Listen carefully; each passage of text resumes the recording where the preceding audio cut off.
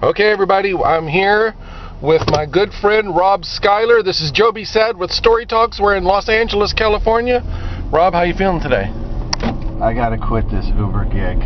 I didn't know that you're gonna have all this equipment. This is ridiculous. I'm fine. Now, this is not an Uber gig. Robb is my good friend here. It's so great to visit you again after all these years. I want to take our viewers and our listeners back, if I may, to I think the year was 2008, 2009. You and I were having a conversation. I was asking you how your acting career was going. You moved out to Los Angeles to start to develop your acting career. Yep, got started in stand-up comedy in Charlotte, North Carolina. Toured for about 10 years, and I came to LA to pursue my film and TV career. Yes, sir. Okay, now if I remember correctly, things weren't looking very good for you at around the year of 2008, and I asked you, I said, Robb, listen, tell me something. If you could get an acting role, if you could play any character, any role in the world, what would you play? And your initial response was you didn't know. You remember that? Right, I didn't know. Dead silence. Nobody had ever asked me that before. I'm thinking, why are you asking me this? I feel bad enough as it is, and now you're asking me who I want to play. And then it came to me. I wanted to play Howard Cosell. I knew I was born to play Howard Cosell. At that moment, you knew? No, I knew for many years.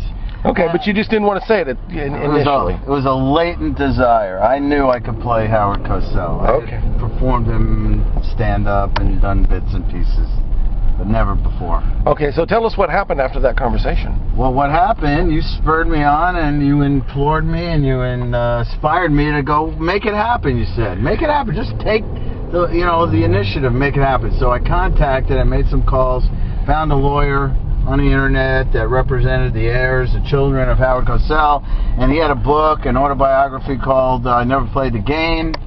I talked to this lawyer. Now, hold on, did you ever get to talk to the... Anyway, I'm sorry. Go ahead. If you keep interrupting me, we're never going to get to where you need to go, yeah. And this conversation will be over. Yeah, so I spoke to the lawyer, right, and he represented the family, the heirs, the children, owned the rights to the book, and we were talking about movie rights and negotiating a little bit back and forth.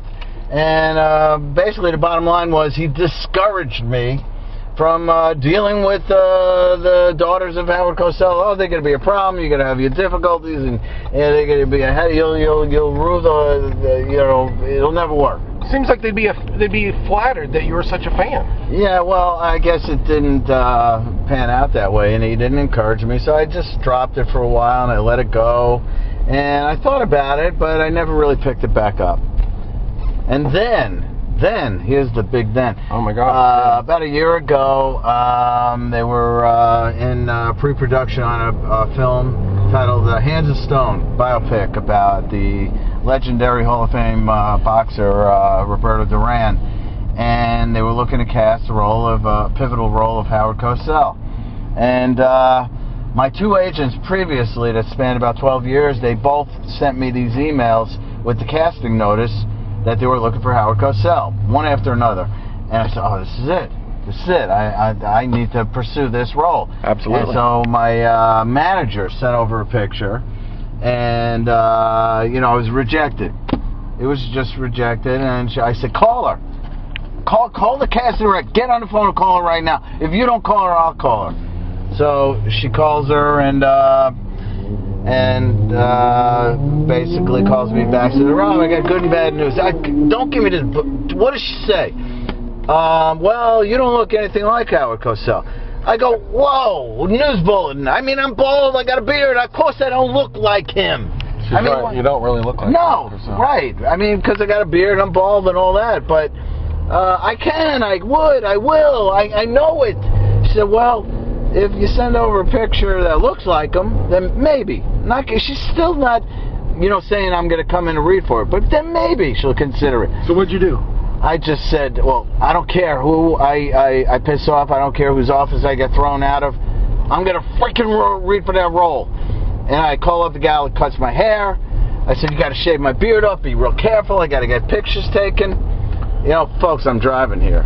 I'm driving here. Okay. And so then I went. You hired a professional photographer, didn't you? I went to my photographer, does my headshots. I went in the next day, the next morning. I said, look, we got to do this Howard Cosell. I got to get these pictures sent to the casting director. Boom, boom, boom. For 20 minutes, we point and clicked. Then we looked on his monitor. I said, that one, send those. Did a little preamble from his email. Yeah. And he sent it off. It bounced back. I had the wrong email. It wasn't a good email. How you doing, buddy? And anyway, it didn't work. So I called the casting director's number. She's not in. I get another number from her partner in New York. And it says, no, if you want to contact this lady, she's not here. You got to call this number at the production office of Hands of Stone. I call another number. Okay, and then I get an assistant on the phone. And I'm talking, blah, blah, blah, blah, blah. I need this one's and this one's email.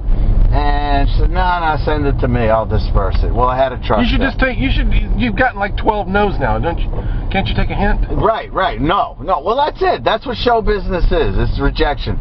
Slam the door, slam the door, slam the door, slam the door. All right, so I'm getting no. All right, but now she says, no, I'll tell you what. She says, no, but send it to me. I'll disperse it. I had no choice but to hope and pray that she'll do that. So I sent the pictures over. My photographer did on his computer, his email. 2 minutes later, she sends an email back, says, I got it, I'll disperse it. I had to trust. And this thing was being cast right then and there. This was on a Friday. I knew they were already setting up auditions. Wow. 10 minutes later, after she sent that email, I got it, I'll disperse it. My agent sent me an email that I had the audition for that Monday afternoon. Wow. So now I had a lot of lines. I had a lot of, memorization. I just blitzkrieged. I just holed up for, the whole weekend. Where did you go for the auditions? Casting office in West L.A. Okay, right here in Los Angeles. Not far from where we're driving right now. No kidding. Yeah, no kidding. Wow. So, I worked on it on Monday afternoon. This is like 5 days after I found out about the role. Went in there, and the other actors are usually very myopic and neurotic and don't want to talk to you, and their memories are rising, and everything. And they're getting excited for me, which is unusual. Other actors are usually very jealous, and they say, oh my God, you look great, you look like the part. And so here's the thing: I went in, and I knew intuitively that the casting director was thrilled because I nailed it. And I'm coming out, and I knew the actor that was coming in after me, and I just said, hey, Kyle. And he goes, you are unbelievable. Oh, I couldn't believe what I was hearing in there. Blah, blah, blah, blah, blah. And I'm going, wow, that's pretty awesome, because usually an actor that's going into the room after another actor is just focused on his thing, and here he is. I couldn't believe that he was giving me that kind of props. What a guy! What a great guy! He is a great He was guy. reading for the Howard Cosell role as well. He was reading for it as well, and he's coming in right after me, and he couldn't believe what he was hearing in the room, as he said to me. Anyway, so I got it. And, the whole thing took place where I then got a call from my manager that the director was down in Panama. He wanted to Skype with me, a video Skype, and I talked to him the next day. And a longer story shorter, he said, I just want to make sure you're available for the dates. And I said, are you kidding me? Oh, wow. That's it. I thought I was asking a chick out on a date, and she... So where are we going? I go, and I assumed we were going to New York because we're shooting in Panama and New York, and that's where I'm from, and I always wanted to work there. No, you're going to be in Panama for half a month, and then I found out that I'd be doing and working with my favorite actor for 40 years, Robert De Niro. I'd be doing several scenes with Robert De Niro. I could be making $20 million a picture and never cross paths with Robert De Niro. Yet, here, in the role that I, in my mind, preconceived was destined to play, I'm now going to be having the opportunity to play Howard Cosell and working with my favorite actor. That's an incredible story. Congratulations, Rob. So you have a movie coming out, Hands of Stone. Hands of Stone. You got the coveted role of Howard Cosell that you dreamed of for years and years and years. Yes. You actually and your co-star is Howard Cosell is Robert De Niro. Yeah. And so you met Robert De Niro. Well, I worked with him, and he's a hard-working guy, and it's amazing to watch him work, not only to work with him.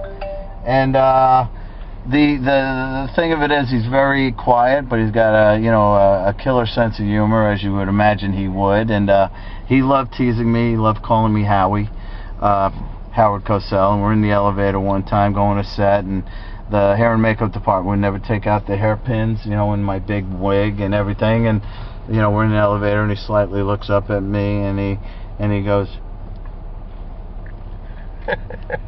"You gonna go to set like that, Howie?" And I said, "Yeah, apparently." So, we had some moments, and we talked a little bit, but just working with him and watching him work, he works very hard. There's no surprise why he's been on top for 40 years, because he relishes the process of filmmaking, and I'm extremely fortunate and flattered to work with a great cast. Edgar Ramirez is phenomenal as Roberto Duran. Usher does a great job as Sugar Ray Leonard. Ellen Barkin plays De Niro's wife for the third movie. And who's the director? Jonathan Jakubowicz. Wow. Well, listen, it's no surprise to me that you have been cast in this coveted role in Hands of Stone. You've always had such a tremendous respect for the craft and for acting, and such a very serious approach. Congratulations. We're looking forward to seeing the movie. Thank you for joining us here in Hollywood, Los Angeles. I'm Joe B. Sad here on Story Talks. Thanks, Rob. That'll be $12.95. I do accept tips. Thank you. Thanks for having me on. I appreciate it.